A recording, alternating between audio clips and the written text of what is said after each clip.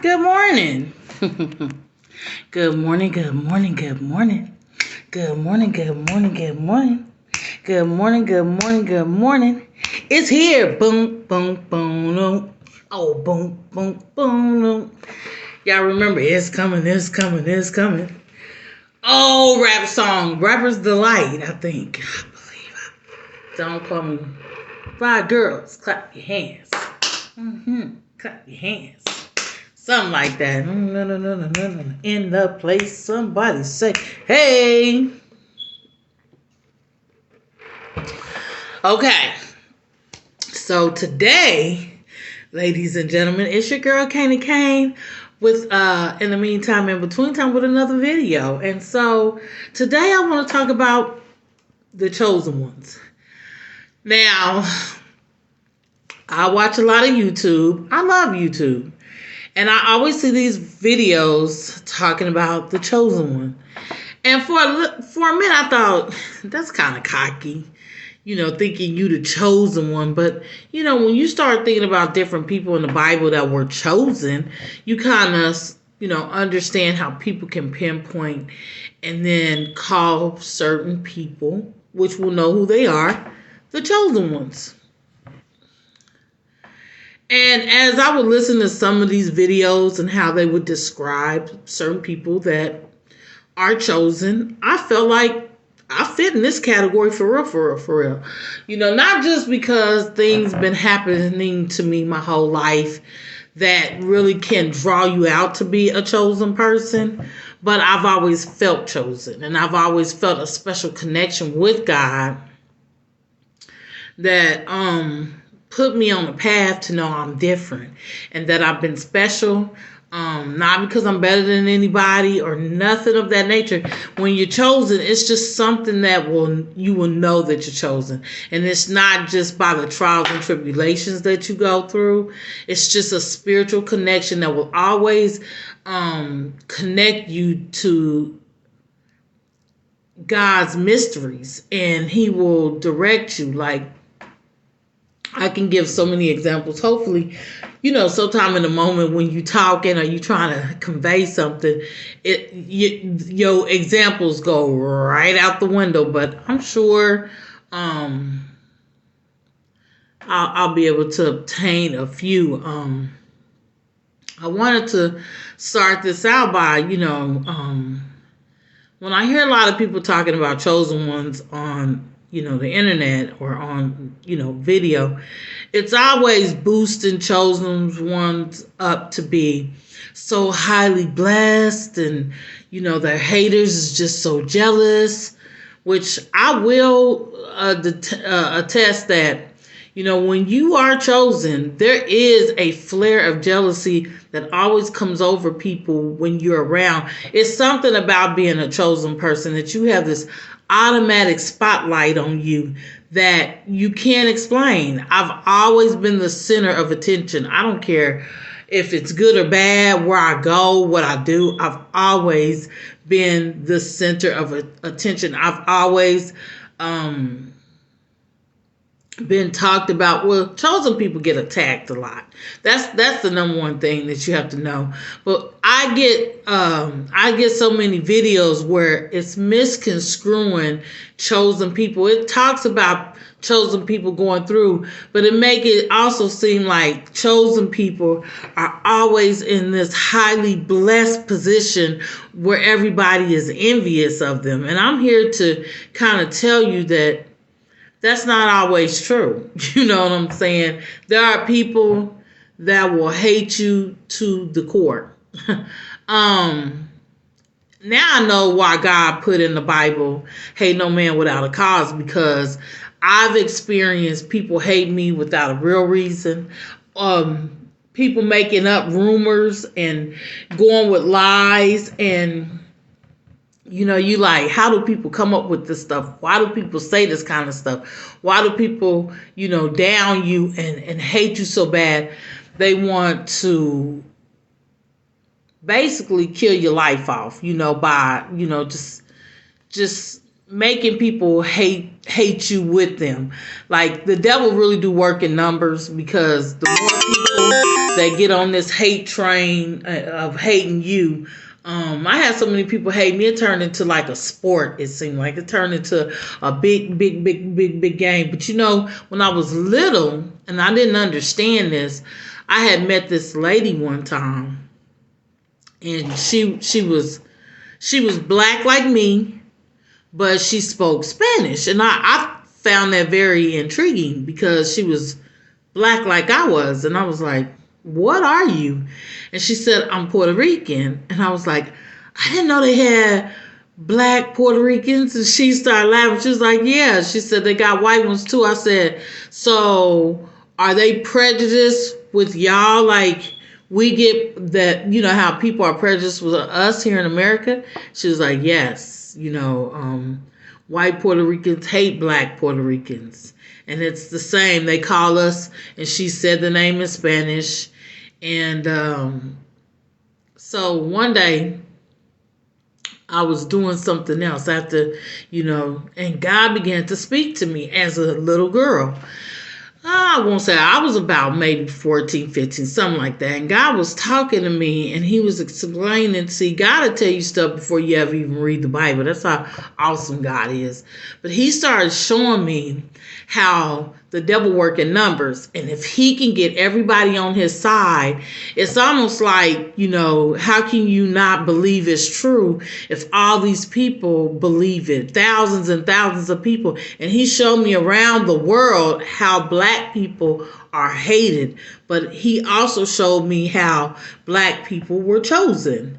And it was, y'all, I cannot explain the feeling that came over me with the things that he was telling me about being black, and how when this is all over, how people who hated black people, who were racist and did evil stuff, there is going to be a huge price to pay. And so this was before I read the Bible and even knew that Jesus was, that he even described himself as burnt and black. So when I read that, I realized that Jesus must be super dark. When people try to act like Jesus may be, you know, like a light-skinned Jew, no. Jesus is not. Matter of fact, have you ever seen somebody so dark that their eyes are red like fire? That's how he described him. He described his eyes like fire. Now, I've seen some Africans, they so black, their eyes be so red like they was on fire before. And he described his skin as bronze, burnt. Like burnt. What do you know that's burnt? It's the color, and it's so dark and it's so black, it's burnt. And I realized, okay, so God is trying to let you know what color he is. And then it dawned on me, what about all the people that hate black people? What are they going to go through? So my point is, all around the world, people hate black people in droves, and they make you think that black is dirty and black is bad. And most black people around the globe get mistreated, right? So it's a trick, because that's the way the devil operates. He loves manipulating and deceiving people into not having the knowledge to truly understand. But faith and belief is going to be your biggest contributor when it comes to the word of God, when it comes to the belief game and having knowledge and doing things that God tell you to do. You're going to have to believe. You're going to have some faith, and that's what's going to save you on the real. So as I'm going through these videos, and I'm noticing that it's okay to let people know when they're blessed and chosen, but people really do get caught up in the blessings for people being stuff. It's bad enough when you look on your social media like TikTok or Instagram or Facebook that you're getting people, when they show the blessings, they're showing their big house and they're showing their cars and they're showing wine glasses full of bubbly wine, and a plush room with all beautiful furnishings, and just every time you see things that are considered blessed, you only see nice, beautiful things. You see a vacation somewhere on a beautiful island, and you see the food grilled and cooked just right, and everything that the devil wants you to believe those are only blessings. But truthfully, those are sometimes man-made blessings. And you got to remember, the devil can bless too. His is momentary, but he also can make things look good and look like a blessing. That's why people can, and I won't call it bragging. I think it is sometime bragging, putting all that stuff on there, because people don't tell you. You can be the borrower and not the lender and still be chosen. You can be the person with 100 situations happening to you, and it looks like you're failing and everything is against you, and you still could be chosen and blessed. You could be the person sitting in prison for 35, 40 years that's in there based on a lie, and you can still be chosen and be the blessed person. And when people are not preaching to you or teaching you or letting you know, chosen ones will not always look like a super blessed person and on top, but they will be the chosen ones. Let me help you understand what I'm trying to tell you, because you need to know the truth. Blessings are not in man-made stuff. Blessings are not what we think accolades are. Some people call you blessed when you go to college and you get a degree and become a doctor. But can a doctor be a murderer? Oh, yeah. Can a doctor have the wrong heart and not, but people think titles make you automatically worthy, and that's not true. See, I always think about Moses. Let's think about Moses for a minute. Moses had to go to the lender. Moses was the borrower. Moses had to go to King Pharaoh, and King Pharaoh had everything: servants, gold, the big kingdom home. He had everything, and Moses just had the sandals and the word of God. But in the scenario with Moses and Pharaoh, the chosen one was Moses. Let's talk about Job for a minute. Job was a man after God's heart, just like David. But Job was a man who was faithful. He was one of the most faithful men on the land. But the devil tested Job. He made a bargain with God. I bet you the only reason why he told him, the only reason why he praising you is because you give him everything he wants. I would praise you too if you gave me everything I wanted. You'd be my favorite too. You'd be my God too if you gave me everything I wanted. And that's what you're doing to him. You're spoiling him. That's why he loves you back. Let me do this and this and that with him, and I bet you he'll curse you. And God said, okay, I'll let you do whatever you want to him, but kill him. You cannot kill him. And so the devil did everything under the sun he think he could do to Joseph. To Job. I got a story with Joseph in it. That's why I keep saying Joseph. But with Job, he killed his children. He killed his cattle. He took his money. And his wife, the closest person to him, told him, curse God and die. All this stuff you going through. After a while, Joseph's friends was like, man, you cursed.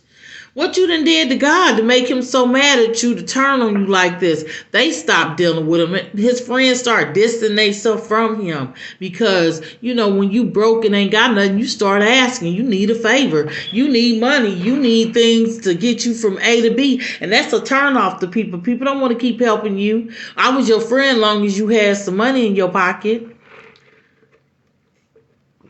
Long as you can pay your own way, long as you can do your own thing. Now that you got to depend on me, man, I ain't got time for you. And the closest thing to you again said, curse God and die. But he was still chosen in that situation. Job was still chosen for something greater, and God was with him through it all. See, people don't preach that you'll go through that and still be the chosen one.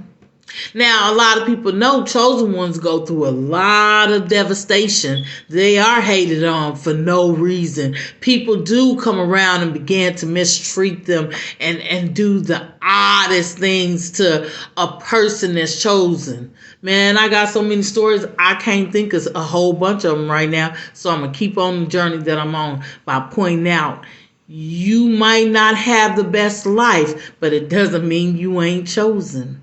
See, when I think about Joseph and how his father, Jacob, seen Rachel, which was the love of his life, and decided, I'm going to marry her. As he went to Rachel's father to ask for Rachel's hand in marriage, the father was like, sure.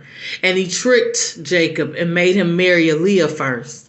Leah was the older sister, but the Bible says she was tender-eyed. It means she was ugly. You know, you do like this, ooh, we tender-eyed. That means she wasn't that pretty.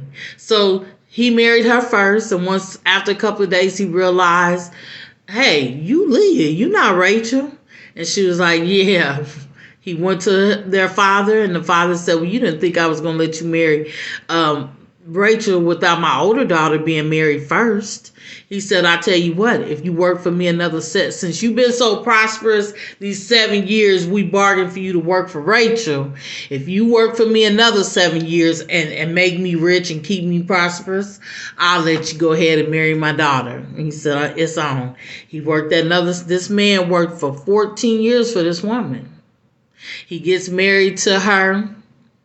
And at first, Rachel couldn't have kids. God had closed her womb because she was the beautiful one. She was the one that he loved and desired. She was the one that his heart belonged to, Jacob.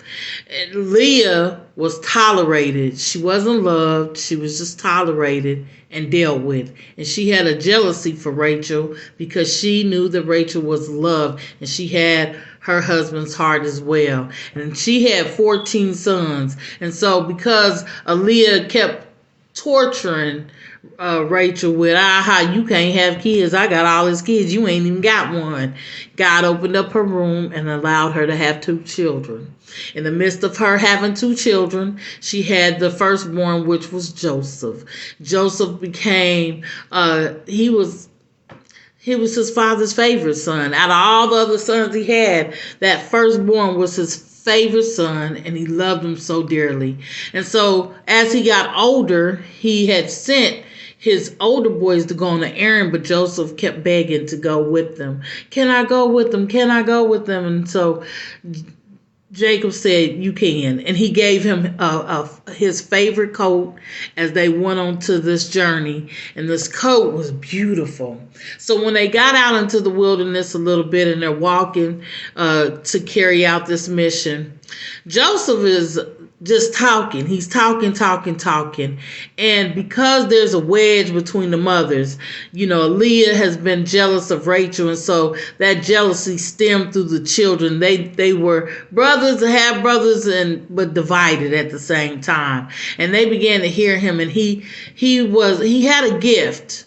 Joseph had a gift of interpreting dreams, and he just was talking a little too much. He said, I had a dream, telling his brothers, I had a dream that you guys were worshiping me and kneeling down to me, and this dream made them look at him like, who do he think he is, saying we gonna bow down to him?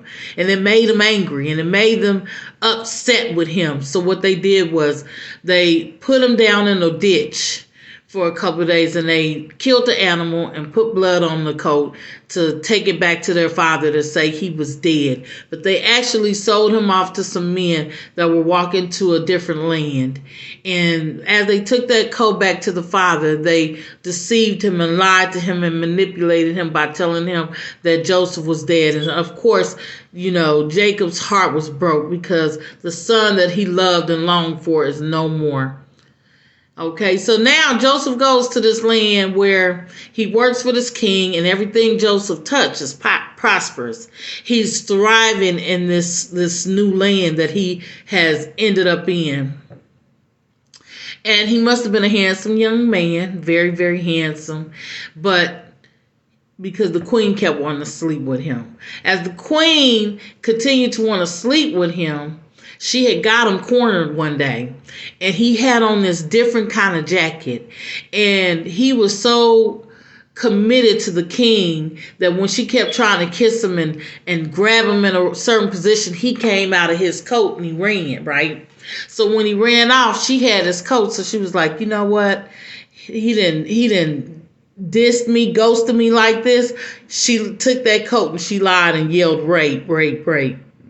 Excuse me. So now Joseph is in a messed up position where he's been sentenced to 15 years in prison for raping the queen. And the Bible said that God was with him. See, that didn't look like a blessed situation to me. That didn't look like highly favored. How are you blessed and highly favored if prison is your sentence for 15 years? 15 years you in prison for doing something you did not do. That don't even sound blessed, do it? But the Bible said Joseph was chosen. Joseph was a chosen person. So my point is this. God's ways are not our ways. His thought is not our thought. And so everybody out here selling blessed pipe dreams, they don't really know what blessed is in the sight of God. So don't get it misconstrued, because some people you're chosen and you don't even know that you're chosen because you've been going through the fire so long. So many things have bombarded your life. Every time you get out of one situation, another situation arises and bring you back down. The devil is just trying to do one thing. Get you to curse God and die. He's trying to get you to either kill yourself, get so confused and so angry with life, to be feeling like you cheated and unworthy because you see somebody over here that's so blessed. Even David said he kept looking at all the people that didn't serve God and how they was prospering and he wasn't. And he said his foot almost slipped. Meaning he almost took it to the other side. He almost said, well, I'm trying to serve God and do what's right. I'm about to go over here and check this out because the burden is becoming so heavy. Because it looks so good over there and they ain't got the kind of problems I got. Because they look like they got the peace and the joy of life while I'm over here struggling, praying that, some of these attacks slow down. Let me breathe. Let me understand life, to grasp it, to get through it. Every time I get over one situation, and I ain't even fully over that, here come 2, 3 more bombard me and turning my mind upside down where I can't even think straight. I'm always having to borrow. I'm never the lender. I'm always borrowing. I'm always asking somebody for something. I'm never on top. How am I chosen when I got all of that going on? My kids are not where they want to be. My children got so many problems. They're an embarrassment. How can I be chosen when my life ain't flourishing and blessed like everybody on the internet? My children didn't turn out a cop, a lawyer, a doctor. You got some single mamas who they children are big basketball players playing for the NBA, playing for the NFL. on a soccer team, on a baseball team. Here I got kids that have been in prison and jail and locked up, and how am I chosen? I'm here to tell you today, you gonna know you chosen, and if you are, stick to that. I don't care what happens to you. I don't care how it goes. I don't care what it looked like. Faith and belief is going to be your best friend. It's going to be your best teacher. And it's going to be the thing that you need to keep to get through it all. It ain't always going to look perfect, and it ain't always going to look well blessed. You ain't always going to be seasoned, and you're not always going to be ready for everything that comes your way. But one thing I will say, you got to believe and have faith. If that's all you have to stand on, and say, I know that the blessing of God is on me. I'm chosen. You are chosen, and that does mean something. It means a lot. Moses couldn't have did none of the things he did without being chosen and without listening to the word of God, without obeying. And even when he didn't obey, guess what?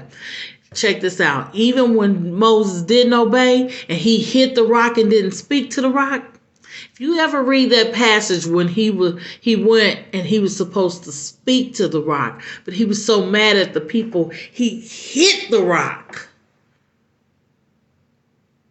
He did a terrible thing, and God was upset with him and didn't allow him to enter into the promised land.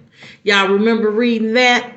When God didn't let Moses enter into the promised land, he was able to see it. He was able to look at it from afar, but he couldn't enter it. Did that stop God from taking Moses to heaven? No, because in Acts, Moses come down from the heavens with Jesus as Jesus comes back for the day of Pentecost and warns the people to stay until the day of Pentecost. And Moses was right there with Jesus as they came from the sky.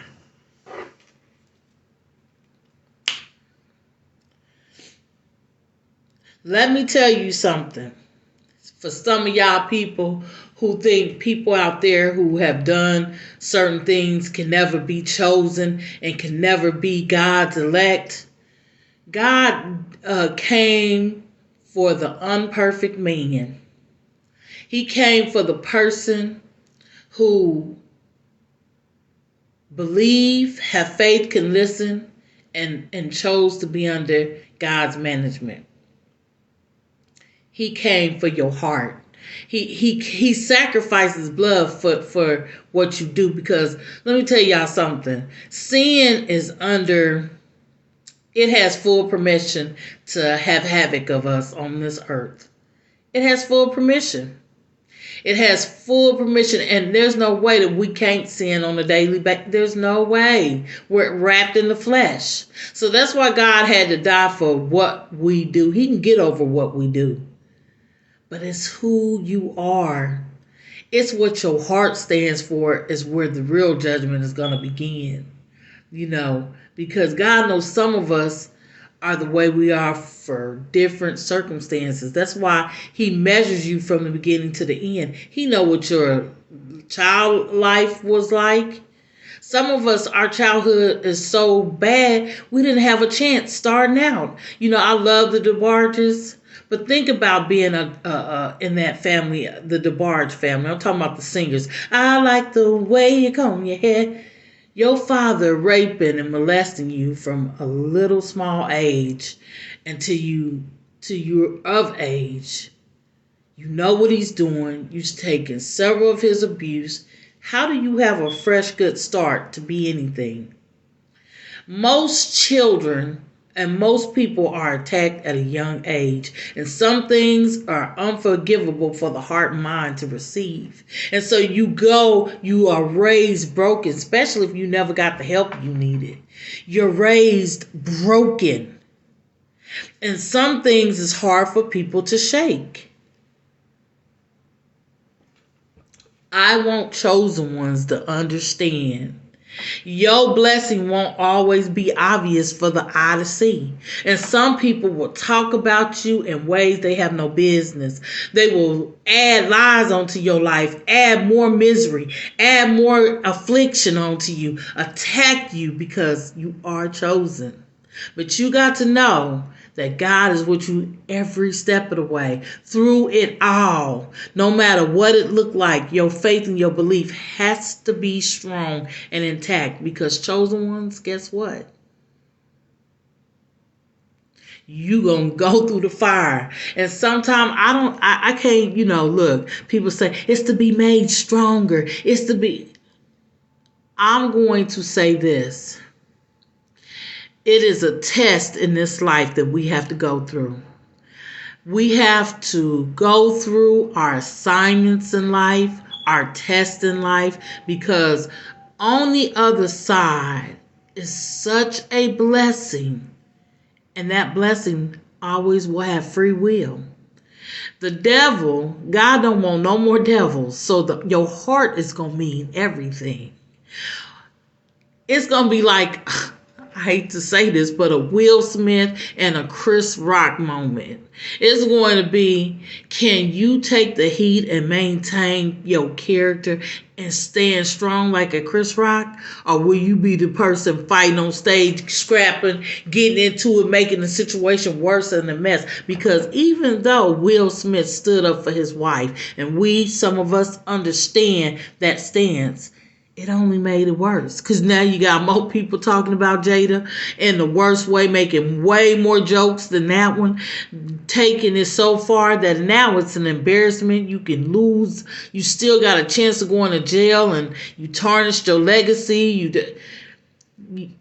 You understand. But when Chris Rock stood there and accepted that slap, didn't fight back, didn't go to the left, he got more respect than a man allowed. So what I'm telling you is, have faith and stand no matter what it looked like. Don't come out of character for the devil, for he only wants you to ruin yourself. He wants you to clown yourself. He wants you to get so out of character you cause your own fall, your own embarrassment. You cause captivity on yourself. You cause bondage for your next generation. He wants the curse to go long and strong. That's how much of a bind he wants to confuse you with and riddle you down. And when you don't have the wisdom to see him coming, when you don't have the wisdom to know his tactics, when you don't have the wisdom, because, you go through too much stuff, you'll start feeling sorry for yourself. You'll start feeling unworthy. You'll stop going after knowledge. You'll stop trying to live life because you feel so burdened down with so many sorrows and so many attacks. You lose your focus that life is a fight. Life is a fight. And you have to be able to stand against Satan's tactics. You have to be able to overcome Satan's tactics. So I just wanted to reach out today to somebody who probably getting blessings misconstrued and make them just look like a good time, wine in a bubbly glass, a big old house with, spiral stairs, and a big old car, 3 cars in the driveway. Everybody ain't gonna have it like that. And I know some people's trying to kill it and perpetrate a fraud and they commit murders, hitmans, and getting the money so they can floss online to make it look like they're that person. They got life on lock. You ain't got to perpetrate a fraud. You don't have to perpetrate a fraud for the devil.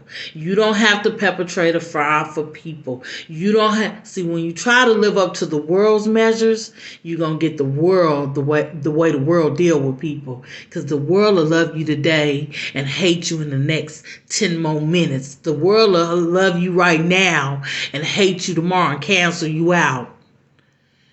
You have to hold on to who you are.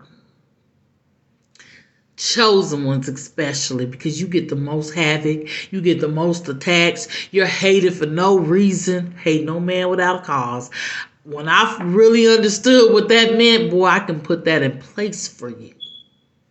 But instead, I want to kick this video to some of my chosen ones, some of the people that are lost, that don't understand why they don't have the blessings like other people on the internet and TikTok and Instagram and Facebook and all these places where you see big blessings on rain down on me, let your love, and they showing all the blessings and the flowers and a big nice cooked grilled dinner, you know. And you sitting with all these 99 problems, feeling unblessed, unworthy, asking God, why am I even here? What was I even born for? Because you're so burdened down and tired, don't you give up. Don't you allow the devil to make you curse God and die. Because that's his plan. He wants to make you do what he made Judas do. Kill himself, hang himself. Don't you take the plan of Satan. Not even into consideration, not even a little bit. Again, I'm going to end this. Thank you for listening, chosen ones. Hold your head up high. God got something for you. He does. Keep holding on. Life gonna have some situations in it. Can you stand strong? Can you stand and stay in character? All right. God bless. Thank you for listening to your girl. In the meantime and in between time, I will be back with another video. And God bless. Love y'all. Bye.